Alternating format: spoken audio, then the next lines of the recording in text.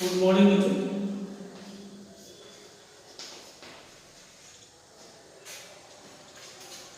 Class के लिए physics part first के चैप्टर इलेक्ट्रिक पोटेंशियल में आपने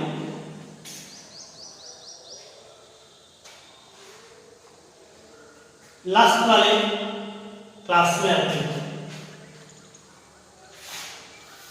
पढ़ा था इलेक्ट्रिक डायपोल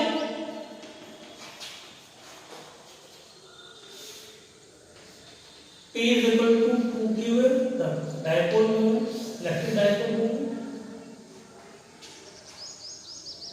आप जानते हो electric dipole is a system consists of two equal and opposite charges at some small distance।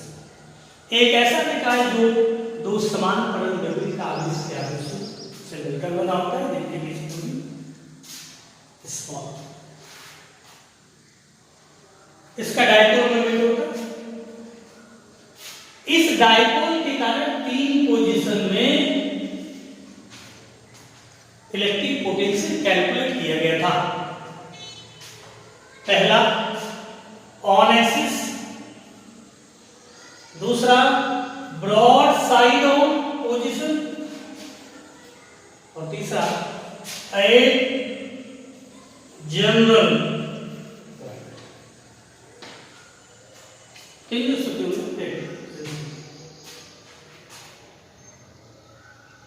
कोई भी टॉपिक, एक ऐसा मीडियम है क्लास का जिसमें आप लोग कोई टॉपिक समझ नहीं आता, उसको लिख लेंगे। चलो एक दो टॉपिक और बचे इस चैप्टर में, तो इन विषम स्थितियों में आपका ये माध्यम बहुत ही प्रभावी है कि आप उस क्लास के टॉपिक को आप सर्च करेंगे इलेक्ट्रिक पोटेंशियल के नाम से यूट्यूब पर आइए। वैद्युत स्थिति यूजर किसी चार्ज की नहीं होगी, यहां पर वैद्युत स्थिति यूजर है electric potential energy of A charge of A system. ये मैंने आपको समझाने के लिए ऐड किया। तो वैद्युत स्थिति की डेफिनेशन क्या होगी आप बुक से भी देखेंगे। दो या दो से अधिक आवेशों से बने निकाय की वैद्युत स्थिति ऊर्जा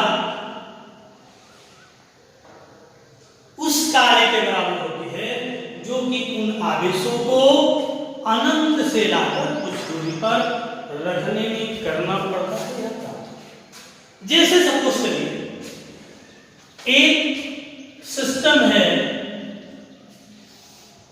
एक आवेश एक सिस्टम है जिनके बीच दूरी r है, एक वैद्युत निकाय है जिनके बीच की दूरी स्मॉल r है, एक वैद्युत निकाय जो q1 और q2 आवेशों से मिलकर बना है जिनके बीच की दूरी कितनी स्मॉल r। इस निकाय की वैद्युत स्थिति ऊर्जा कहते हैं। डेफिनेशन शॉर्ट में लिख लें, दो या अधिक आवेशों से बने निकाय की स्थिति ऊर्जा उस कार्य के बराबर होती है जो कि उन्हें अनंत से लाकर कुछ दूरी पर रखने में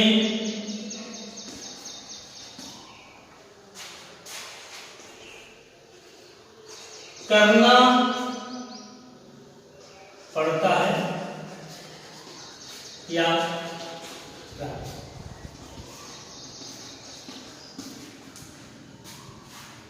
इसे देखिए, दो या दो से अधिक आवेशों से बने निकाय की स्थिति ऊर्जा, निकाय की स्थिति ऊर्जा उस कार्य के बराबर होती है जो कि उसे अनंत से लाकर कुछ दूरी पर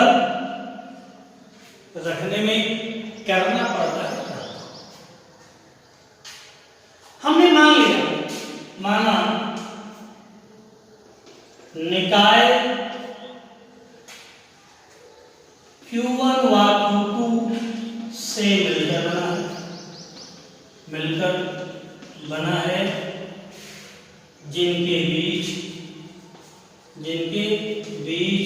दूरी कितनी स्मॉल। आइए समझने की चीज है,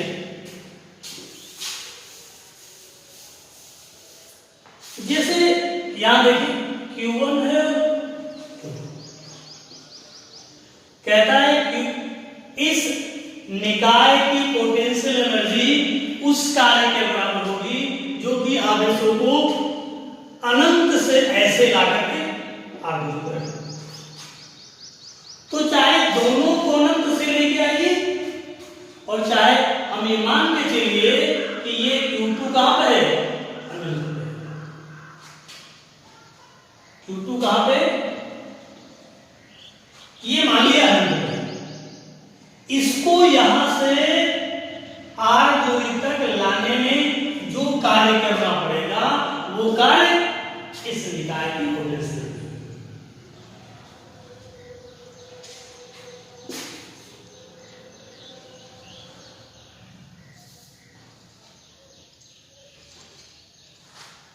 ये निकाय बना, निकाय Q1 Q2 से मिलकर बना है, इनके बीच की दूरी कितनी है, तो इसके लिए क्या करेंगे,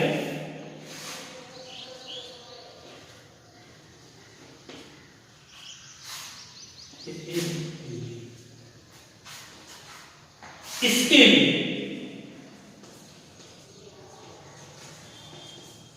माना Q2 कहां है, अनंत पर स्थित,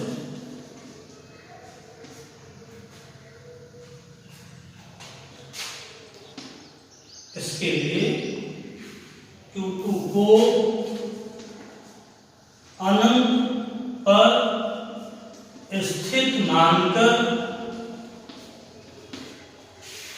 उसे B तक लाने में कृत कार्य की गणना करेंगे। हमने क्या मान लिया, ये कहां पर है, अनंत पर, इसको क्रॉस कर, B पर हमें इस Q2 को यहां से यहां तक लाने में W कैलकुलेट करना।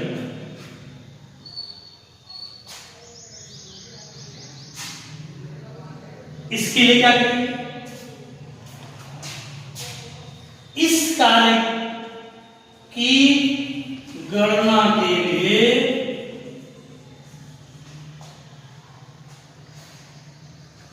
क्या करेंगे, Q1 के कारण बिंदु B पर विभव कितना होगा, VB बराबर 1/4 पाई एप्सिलॉन 0 के Q1 बाई R।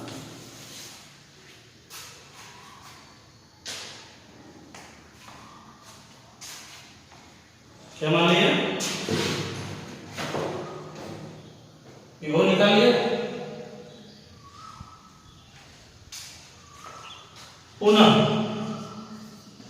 पुनः माना Q2 को अनंत से B तक लाने में कार्य W करना पड़ता है, तो VB बराबर W बटे Q2 से, अगर यहां से यहां तक कार्य W करना पड़े तो W/Q2 बराबर क्या था, इस बिंदु का विभव। कहां से, परिभाषा से, विभव की परिभाषा से, विभव की परिभाषा से। जैसे आप पढ़ते आए हो, अनंत से किसी बिंदु तक लाने में, एकांक आवेश को अनंत से किसी बिंदु तक लाने में जो कार्य करना पड़ता है वो कार्य उस बिंदु का विभव। हमने मान लिया अनंत से V तक लाने में W जूल कार्य करना पड़ेगा, लाने में कार्य कितना करना पड़ेगा, W करना पड़े, तो इस बिंदु का विभव VB बराबर W/Q होगा। तो W बराबर क्या आएगा, VB into Q2, VB into Q2 रख लीजिए वैल्यू, Q1/R Q2, तो आ गया W बराबर यही बन जाएगी 1/4 के Q1 Q2। दोनों पॉजिटिव हैं। अब देखिए ये भी पॉजिटिव हो तो आप ये मान के चलेंगे यहां से यहां तक लाने, आप जानते हो प्लस के कारण किसी बिंदु पर विभव पॉजिटिव होता है, तो विभव पॉजिटिव, अगर ये पॉजिटिव होगा तो W भी क्या होगा, पॉजिटिव होगा। अगर इन दोनों में से एक नेगेटिव हो जाए, मान लें Q1 नेगेटिव हो जाए तो VB नेगेटिव हो जाएगा, VB नेगेटिव हो जाएगा तो W नेगेटिव हो जाएगा। तो इस तरह से किसी आवेश से बने दो या दो से, सामान्यतः जो निकालते हैं वो दो आवेशों से बने निकाय की पोटेंशियल एनर्जी 1/4 के Q1 Q2/R होती है। दोनों पॉजिटिव तो प्लस और एक पॉजिटिव नेगेटिव तो नेगेटिव। अब दो से अधिक निकाय की अगर आपको निकालना है, आराम से उसको रिप्ले करके देखिएगा। अब मान लेते हैं कई आवेश है, Q1 है, Q2 है, Q3 है, तो आप उनको मिला दीजिए। कितने निकाय होंगे, Q1 Q2 से मिलकर एक निकाय बना, इससे मिलकर दो निकाय बना, इससे मिलकर तीन निकाय होंगे, तीन बन गए। तो इसकी potential energy U1 U2 U2 U3 U3 U1 सबको जोड़ दो, पोटेंशियल एनर्जी है तो स्केलर क्वांटिटी होगी। This is the potential energy of a system.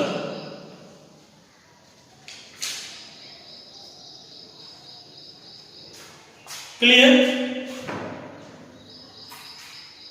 हमने क्या किया, फिर से एक बात देखिए, दो आवेशों से बने निकाय की पोटेंशियल एनर्जी। डेफिनेशन है दो आवेशों से बने निकाय की स्थिर ऊर्जा उस कार्य के बराबर होगी जो कि आवेशों को अनंत से लाकर कुछ दूरी पर रखने में करना पड़ता है प्राप्त। तो हम दोनों आवेशों को अनंत नहीं लाएंगे, एक को फिक्स रखिए, दूसरे को मान लीजिए अनंत से यहां ये अनंत चला जाएगा तब भी दोनों की जन्म दूरी हो जाएगी, और चाहे इसको फिक्स रखिए इसको अनंत चले रखने में करना पड़ता है साथ। माना निकाय Q1 Q2 से मिलकर बना है जिसके बीच दूरी स्मॉल है, इसके लिए माना Q2 को अनंत पर स्थित मानकर उसे B तक लाने में दिए गए कार्य की गणना करेंगे।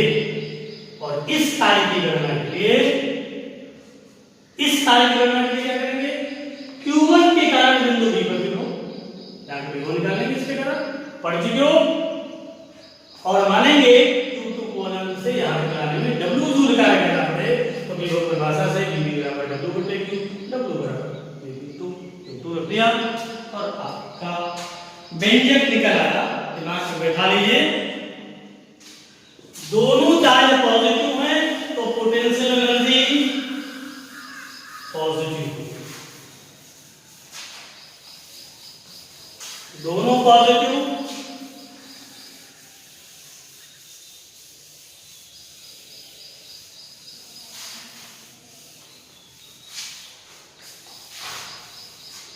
आगे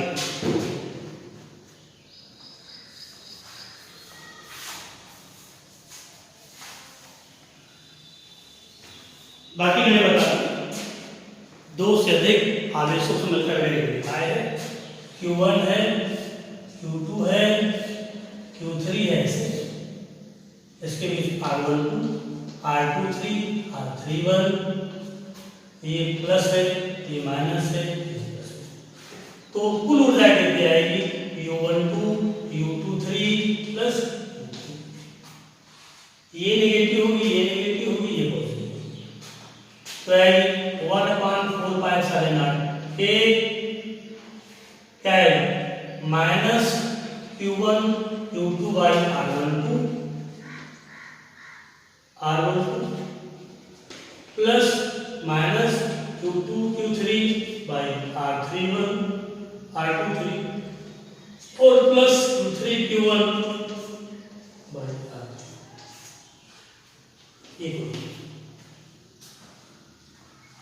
एक लास्ट में इंपॉर्टेंट डेरिवेशन है, वैद्युत क्षेत्र में स्थित, वैद्युत क्षेत्र में स्थित द्विध्रुव की स्थिति जो है,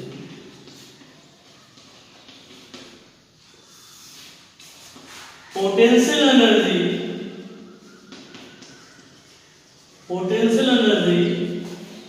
of a dipole in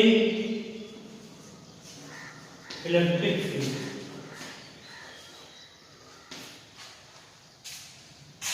important.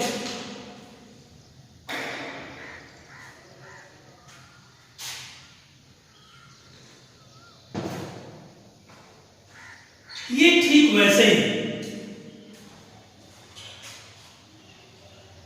ठीक उसी तरह से किसी भी बॉडी जिसका मास m हो,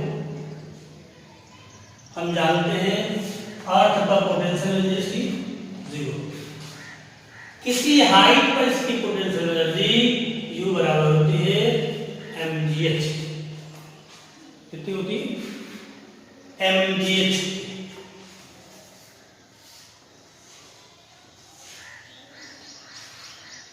और डेफिनेशन होती है किसी पिंड को जीरो एनर्जी लेने से, यानी कि पृथ्वी तल से किसी ऊंचाई तक ले जाने में जो कार्य करना पड़ता है वो किया गया कार्य उस स्थिति में पिंड की स्थिति रहता है।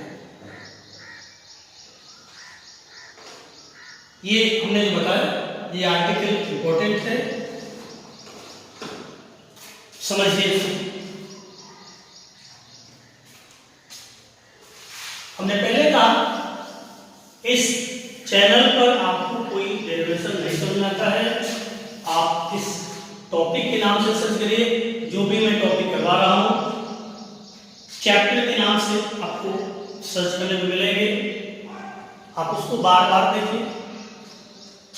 इसके बाद ही समझ आता है तो आप ग्रुप पर मैसेज करिए। इसके लिए क्या किया, देखिए आर्टिकल जैसे वैद्युत क्षेत्र में से किसी द्विध्रुव की स्थिति,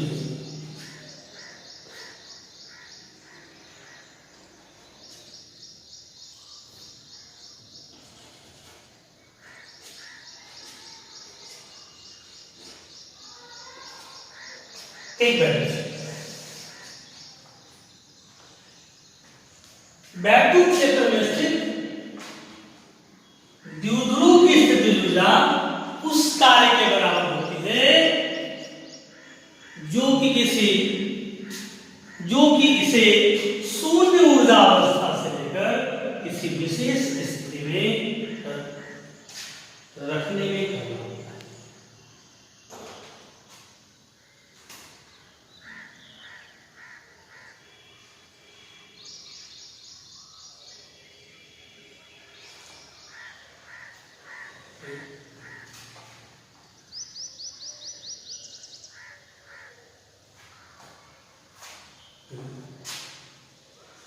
किसी द्विध्रुव की क्षेत्र में स्थितिज ऊर्जा उस कार्य के बराबर होती है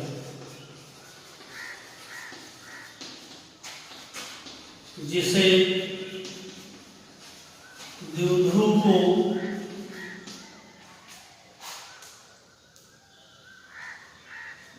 शून्य ऊर्जा स्थिति से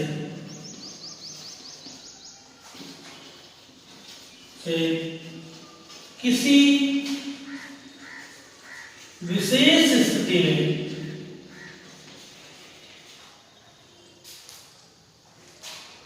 ले जाने में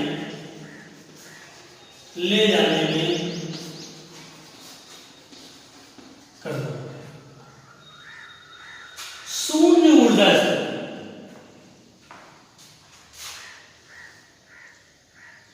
और किसी विशेष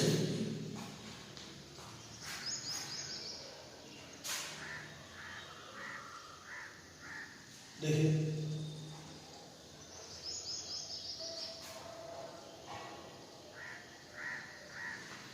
शून्य ऊर्जा स्थिति तब होती है जब द्विध्रुव बैटरी क्षेत्र के ठीक लंबवत स्थित।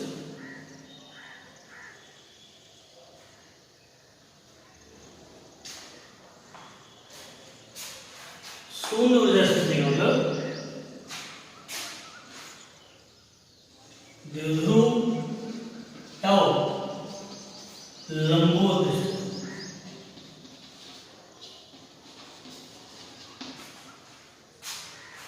और विशेष स्थिति। इसके लिए क्या करेंगे, हमने माना एक बैटरी द्विध्रुव की अच्छे से थीटा है।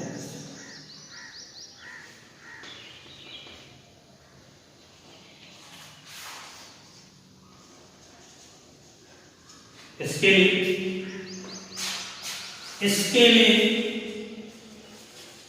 माना द्विध्रुव बाह्य क्षेत्र E की दिशा से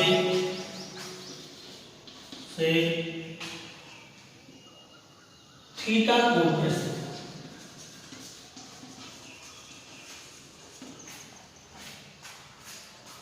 इस स्थिति में द्विध्रुव पर एक बल होता है। इस स्थिति में द्विध्रुव पर लगने वाला बलयुग्म होगा tau equal to PE sine theta. चाहे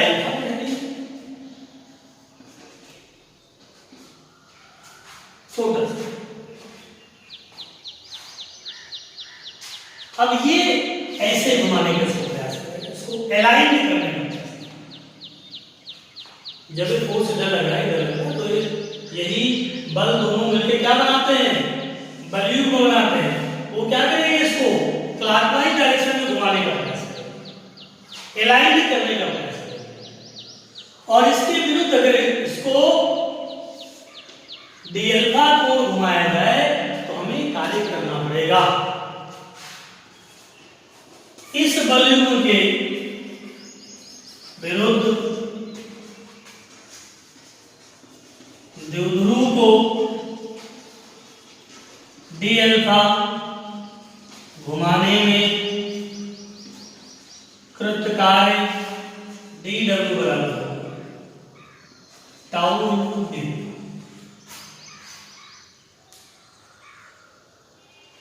टाउ इंटू डी क्या आएगा, पीई साइन। इतना घुमाने में, और आपको घुमाना कितना है, 90 से लेके मूल स्थिति क्या है, जब लंबवत हो तो थीटा बराबर 90 और एक विशेष स्थिति। हमको वास्तव में अगर फिगर बनाया जाए तो ये स्थिति प्रारंभिक स्थिति है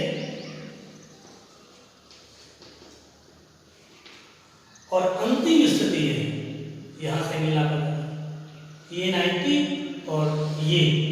थीटा के बराबर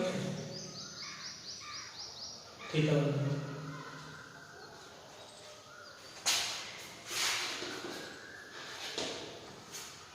अतः शून्य स्थिति से, शून्य ऊर्जा स्थिति से, शून्य ऊर्जा स्थिति का मतलब हुआ अल्फा से अन्य स्थिति, अन्य स्थिति अल्फा की वैल्यू कितनी में ले जाने में कृत कार्य W बराबर होगा अल्फा बराबर 90 से alpha PE sine alpha D alpha, PE बाहर निकला 90 से थीटा तक, sine alpha D alpha, sine alpha का होता है PE माइनस का कॉस अल्फा 90 से थीटा, ये आपका आ गया PE माइनस का cos theta minus minus cos 90, तो ये आ गया u थीटा, W बराबर क्या आ गया u थीटा बराबर माइनस का PE कॉस।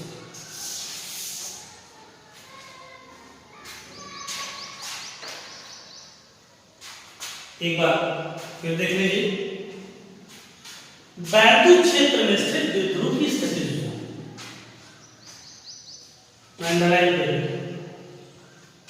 किसी द्विध्रुव की वैद्युत क्षेत्र में स्थित ऊर्जा उस कार्य के बराबर होती है जिसे द्विध्रुव को शून्य ऊर्जा स्थिति से किसी विशेष स्थिति यानी कि अल्फा बराबर थीटा, ये रैंडम है 30 50 90 120 लंबवत का मतलब अल्फा बराबर 90, शून्य ऊर्जा स्थिति से चेक भी कर सकते हैं।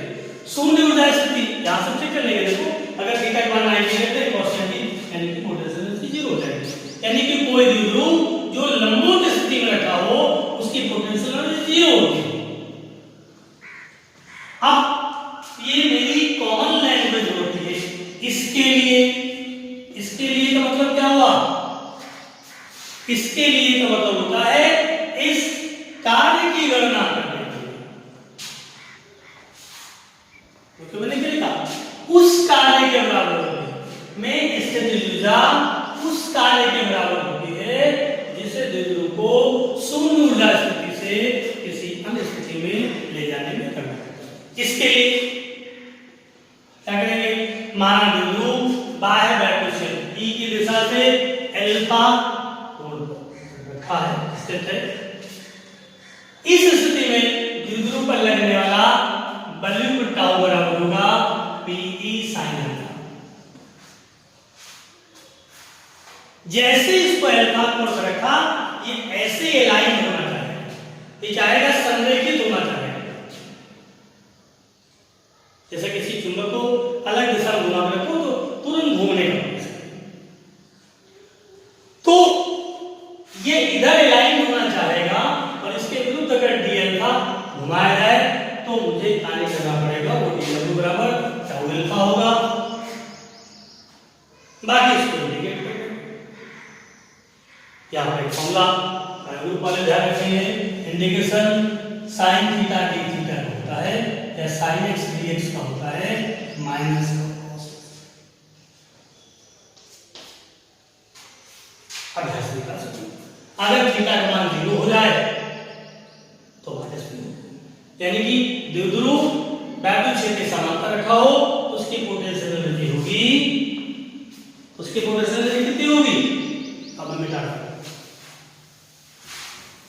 स्थितियां, केसेस। फर्स्ट केस, यदि द्विध्रुव E के समांतर तो u0 बराबर आएगा माइनस P cos 0 माइनस 0। दूसरा यदि क्या हो लंबवत तो theta 90 u90 equal to minus PE cos 90। इसे ही शून्य ऊर्जा स्थिति कहते हैं, इसे ही शून्य ऊर्जा स्थिति कहते हैं।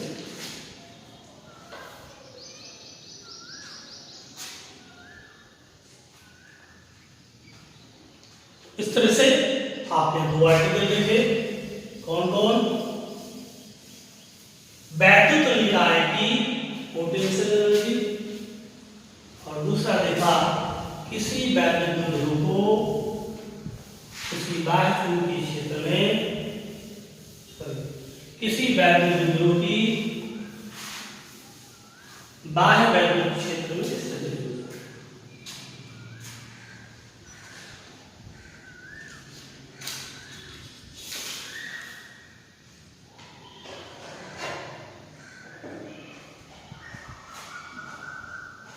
इसके बाद तीसरी चीज आती है विभव परिवर्तन।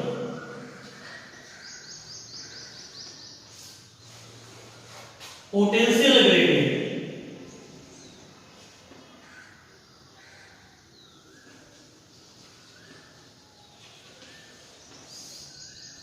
प्रवणता का मतलब है दूरी के साथ परिवर्तन की दर, दूरी के साथ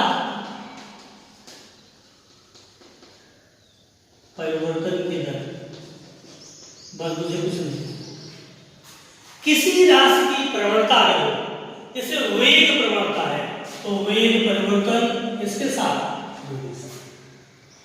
ताप प्रवणता, ताप परिवर्तन दूरी से। हमें जानते हैं किसी वैद्युत क्षेत्र में, जैसे वैद्युत क्षेत्र है किसके कारण है? प्लस Q के कारण। यहां एक बिंदु ले लेंगे, इसका विभव, इसकी दूरी r1 है, इसकी दूरी r2, इसका विभव v1 होगा, इसका विभव, इसका विभव ज्यादा होगा।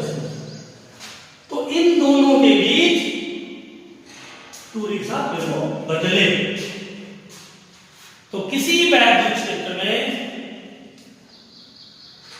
हम जानते हैं दूरी के साथ विभव परिवर्तित होता है, अर्थात दूरी के साथ विभव परिवर्तन दर विभव परिवर्तन, विभव प्रवणता बराबर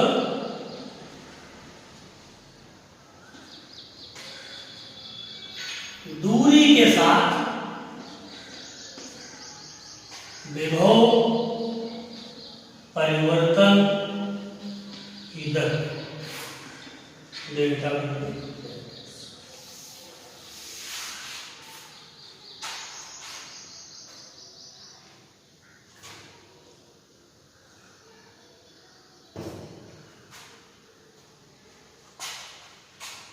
मात्रा कोड टेबल को इसी से रिलेशन निकलेगा। वैद्युत क्षेत्र की तीव्रता, तीव्रता E1 विभव प्रवणता के समय, विभव प्रवणता में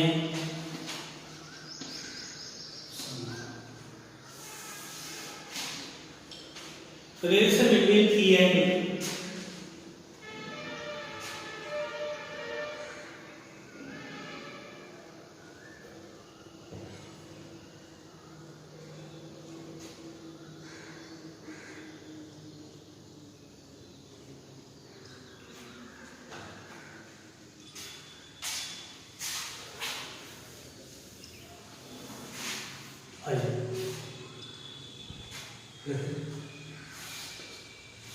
माना किसी वैद्युत क्षेत्र E में दो बिंदु A व B स्थित हैं, जिनके बीच की दूरी ds, जिनके बीच की दूरी ds है।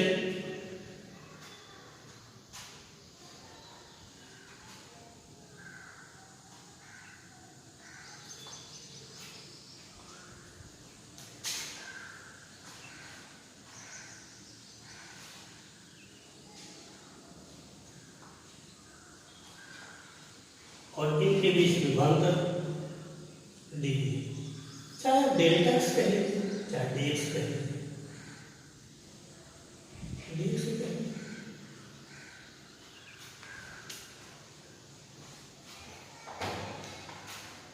माना किसी वैद्युत क्षेत्र ई में स्थित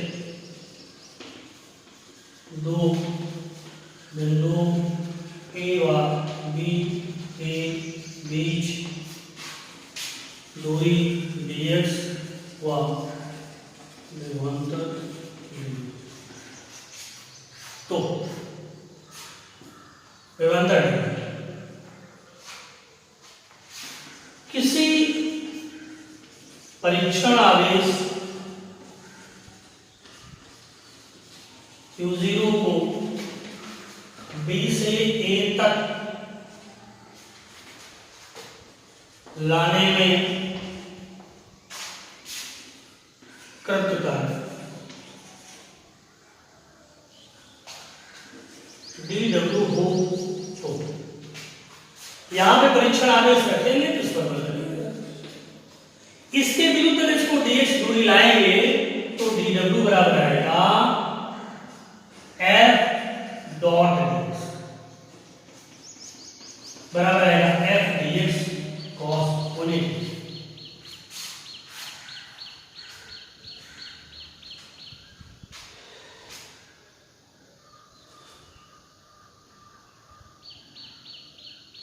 और F बराबर आ गया Q0 into E into dx minus का साथ dW, इसको धर ले dW बटे Q0 is equal to R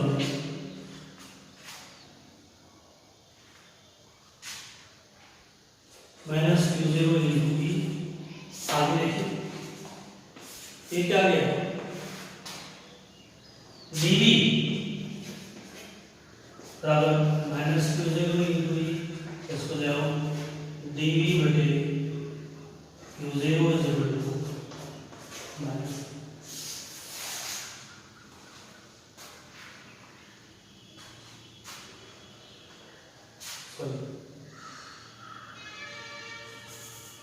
E dx। तो इस तरह से आ गया विभव प्रवणता बराबर E is equal to minus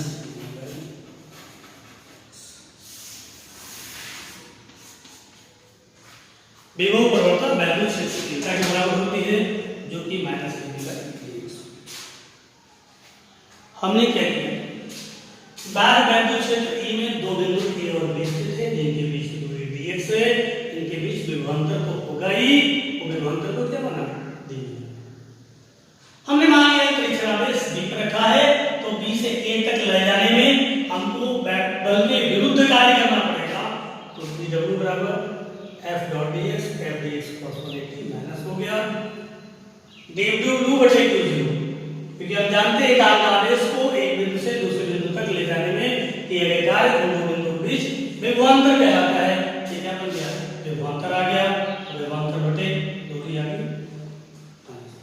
इस तरह से विभव प्रवणता को क्या कहेंगे, नया नाम होगा वैद्युत क्षेत्र की तीव्रता के बराबर होता है, या विभव प्रवणता बराबर dV बटे dx बराबर माइनस।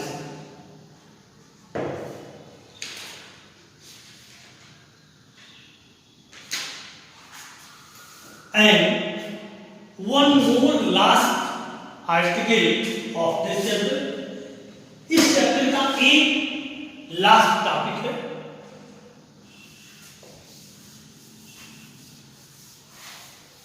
वो है किसी वैद्युत क्षेत्र में आवेशित कण की गति। हालांकि कोई खास आर्टिकल नहीं है,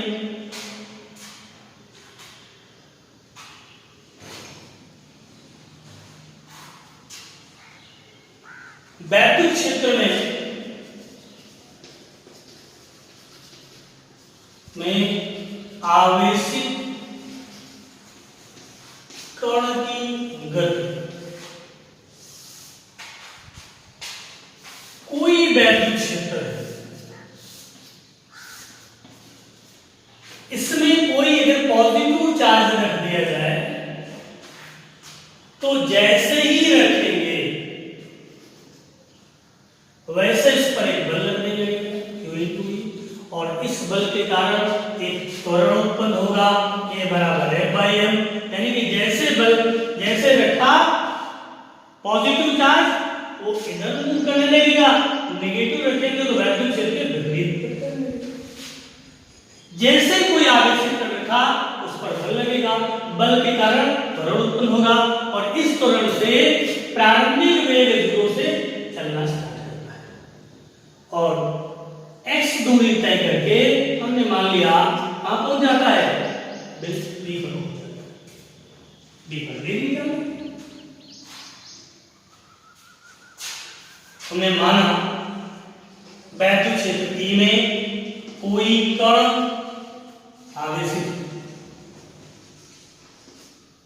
द्रव्यमान m आवेश +2 रखा है, उस पर बल कितना लगेगा Q × E, इस बल के कारण त्वरण लगेगा F/m Q × E, इस त्वरण के कारण वो प्रारंभ में T बराबर 0 से चलना स्टार्ट, x दूरी तय करके बिंदु कहां हो जाता है B, तो x दूरी तय करने के बाद वेग 0 से इसका कितना हो जाता है v, तो v² बराबर u² + 2as से v² बराबर 0 + 2ax, a की वैल्यू क्या है Q × E/m, इतना वेग अर्जित करेगा, इतना वेग अर्जित करेगा। अगर इन दो बिंदुओं के बीच विभवांतर v हो तो कितना, इनके बीच विभवांतर